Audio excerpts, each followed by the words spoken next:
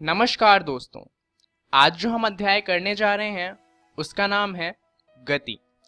आज हम इसका दूसरा भाग करेंगे और ये वाला जो भाग है वो इससे पहले वाले भाग से थोड़ा सा कठिन है। तो चलिए देखते हैं कि इस भाग में हम क्या जानने वाले हैं। जरा ध्यान से देखिएगा।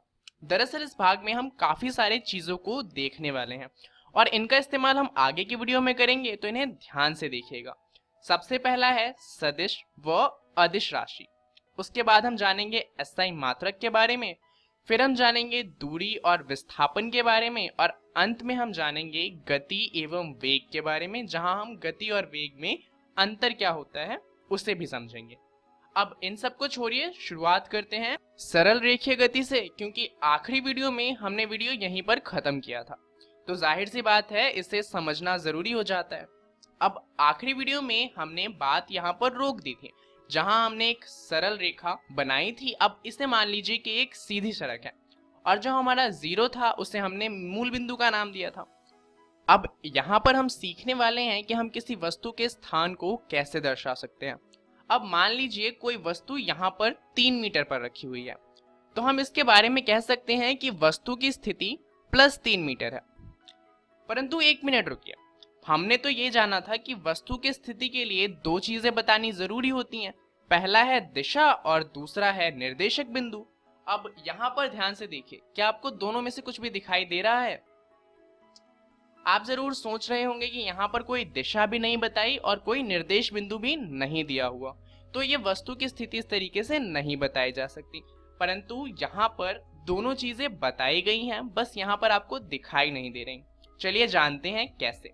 सबसे पहली बात, हम दिशा की बात करें तो यहाँ पर लिखा है वस्तु की स्थिति क्या है, +3 मीटर। प्लस का मतलब क्या है कि जो हमारा मूल बिंदु है उससे दाईं तरफ पे आगे 3 मीटर पे है, तो दिशा का तो पता चल गया कि मूल बिंदु से दाईं तरफ जाना है। परंतु निर्देशक बिंदु क्या है? निर्देशक बिंदु खुद मूल बिंदु है। जो मूल बिंदु है वही निर्देशक बिंदु का काम करता है और सारी की सारी जो दूरी होती है हम वो मूल बिंदु से ही नापते हैं। तो मूल बिंदु से 3 मीटर दूर कोई दाईं तरफ पे एक चीज रखी हुई है और उसे हम दर्शा सकते हैं कुछ इस तरीके से कि वस्तु +3 मीटर की दूरी पर रखा हुआ है। चलिए एक और एग्जांपल लेते हैं। इस बार मान लीजिए जो वस्तु है वो रखी हुई है 5 मीटर पे, तो हम क्या कहेंगे, वस्तु की स्थिति क्या है, +5 मीटर। यहाँ पर जो +5 है वो ये दर्शा रहा है कि वस्तु जो है वो मूल बिंदु से दाईं तरफ 5 मीटर आगे रखी हुई है और हमारा निर्देशक बिंदु फिर से हमारा मूल बिंदु होगा। तो आपको समझ आ गया होगा कि सरल रेखीय गति में हम किसी वस्तु की स्थिति को कैसे दर्शाते हैं। चलिए अब शुरुआत करते हैं वीडियो की, ये जानते हुए कि सदिश व अदिश राशि क्या होती हैं।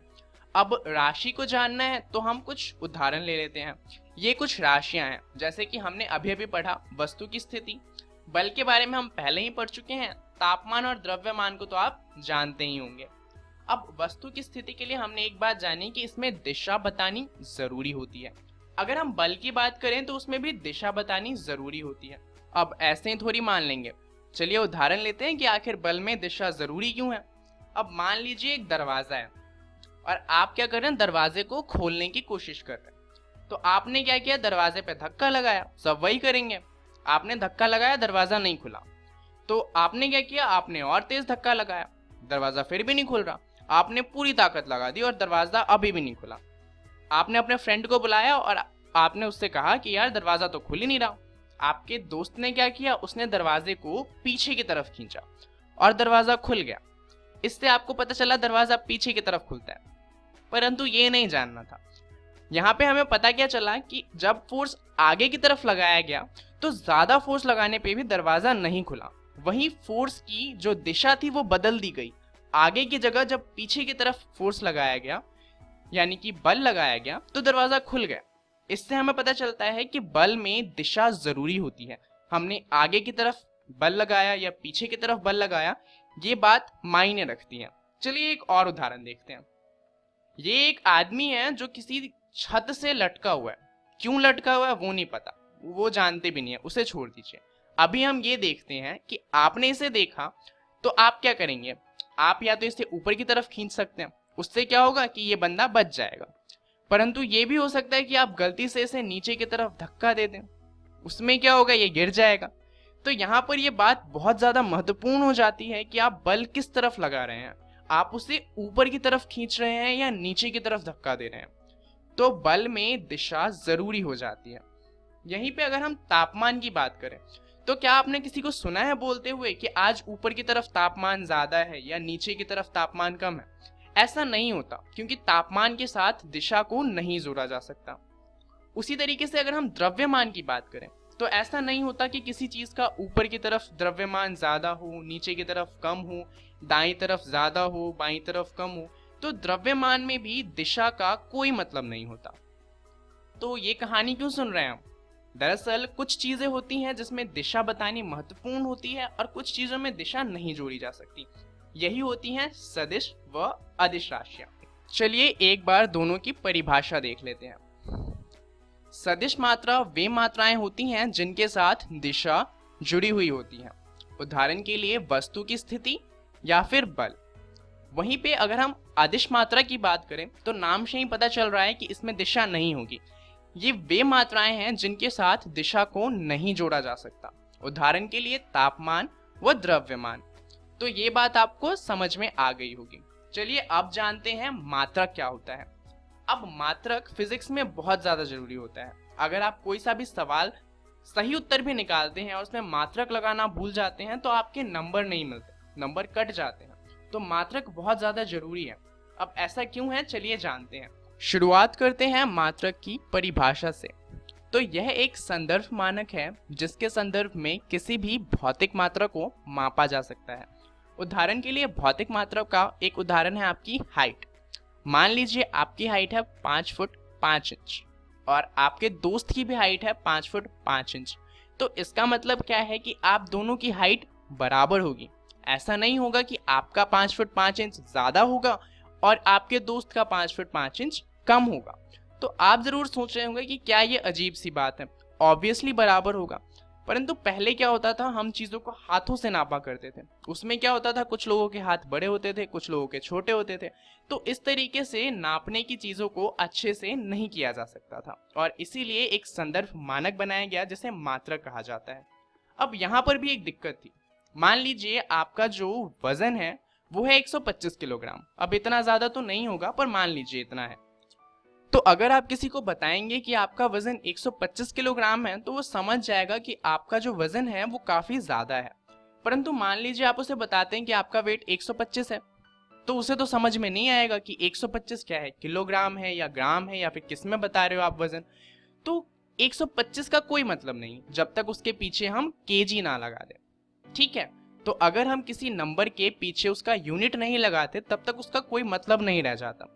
परंतु यहाँ भी एक दिक्कत थी। दरअसल हमारा जो पृथ्वी है वो बहुत बड़ा है और हमारे पास जो यूनिट है वो भी बहुत ज्यादा है। हम वजन को केजी में भी नाप सकते हैं, ग्राम में भी नाप सकते हैं, एलबी में भी नाप सकते हैं, टन में भी नाप सकते हैं और जिनको जो पसंद होता है वो उसका इस्तेमाल करते हैं। तो इससे दिक्कत क्या होती है कि आप मान लीजिए इंडिया में रहते हैं और आपको काम करने के लिए जाना पड़ता है अमेरिका, और वहां पर लोग क्या कर रहे हैं कि चीजों को केजी में नहीं नापते, ग्राम में नापते। तो दिक्कत क्या होगी, आपका सारा का सारा टाइम उस केजी के यूनिट को ग्राम में कन्वर्ट करने में लग जाएगा। तो इसके लिए क्या किया गया, इसके लिए बनाया गया एसआई मात्रक, जहां पर यह बताया गया कि आपको जितनी भी चीजें हैं वो इन चीजों में नापनी है। जैसे कि लंबाई के लिए कहा गया कि आपको सारी की सारी लंबाई मीटर में नापनी है, सारे द्रव्यमान किलोग्राम में नापने हैं और जितनी भी समय की बात होगी वहां पर आप समय को सेकंड्स में लेंगे। तो इससे फायदा क्या हुआ कि अब हर जगह पर इन्हीं का इस्तेमाल होता है। तो आप किसी और देश में भी जाकर काम करेंगे तो वहां पर आपको कन्वर्ट करने वाली झंझट नहीं झेलनी पड़ेगी। चलिए अब जानते हैं दूरी और विस्थापन को। दरअसल दूरी वास्तविक पथ जो वस्तु द्वारा तय किया गया हो उसे कहा जाता है। तो मान लीजिए कोई वस्तु सबसे पहले 0 मीटर पे है, थोड़ा सा आगे जाती है, थोड़ा और आगे जाती है और फिर सोचती है कि वापस आ जाना चाहिए और वापस आ जाती है। तो पहले 3 मीटर गई थी, फिर 2 मीटर गई थी और फिर वापस 3 मीटर आ गई। कुल दूरी कितनी हो जाएगी, सबको जोड़ देंगे, हमारे पास 8 मीटर कुल दूरी आ जाएगी, जो कि एक अदिश मात्रा है। अब वहीं पर विस्थापन की अगर हम बात करें तो वस्तु की प्रारंभिक और अंतिम स्थिति के बीच की न्यूनतम दूरी को वस्तु का विस्थापन कहा जाता है। तो यहाँ पर न्यूनतम दूरी क्या है, पहले 0 मीटर थी, अब 2 मीटर पे आ गई है। तो न्यूनतम दूरी कितनी हो जाएगी, इस और इसके बीच की दूरी वो कितनी है, 2 मीटर। तो विस्थापन आ गया 2 मीटर। अब ये एक सदिश मात्रक है, ऐसा क्यों, चलिए जानते हैं।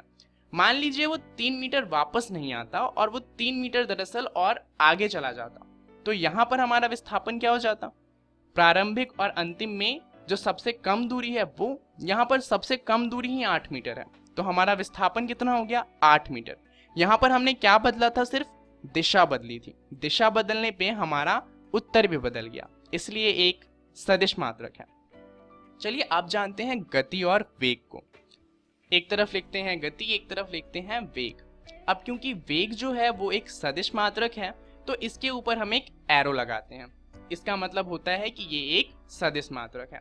अब अगर हम गति की बात करें तो गति का जो सूत्र होता है वो होता है दूरी बटे में समय। दूरी मीटर में लेते हैं और समय सेकंड में, तो यूनिट क्या हो जाएगी, मीटर पर सेकंड। वहीं अगर हम वेग की बात करें तो वेग होता है विस्थापन अपॉन में समय। विस्थापन भी मीटर में लिया जाता है और समय सेकंड में, तो इसकी यूनिट भी गति जैसी ही होती है, मीटर पर सेकंड। अब चलिए जानते हैं गति अदिश मात्रक क्यों है और वेग सदिश मात्रक क्यों है। दरअसल गति में दो चीजें होती हैं, दूरी जो कि एक अदिश मात्रक है और समय वो भी एक अदिश मात्रक है। क्योंकि दोनों ही अदिश हैं इसलिए गति भी एक अदिश मात्रक है। वहीं पर अगर हम वेग की बात करें तो वेग में समय तो अदिश है परंतु जो विस्थापन है वो सदिश है, और इसी वजह से हमारा वेग सदिश मात्रक बन जाता है। अब गति और वेग में एक और चीज है जो है औसत गति और औसत वेग। चलिए इसे समझते हैं।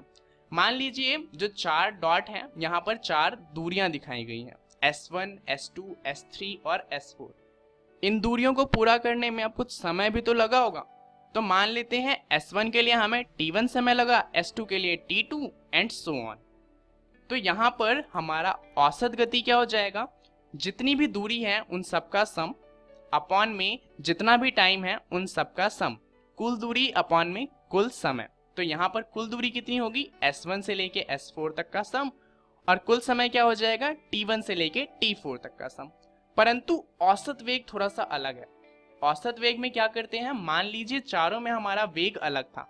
पहले में हमारा था वेग v1, दूसरे में वेग था v2, तीसरे में वेग था v3 और चौथे में वेग था v4।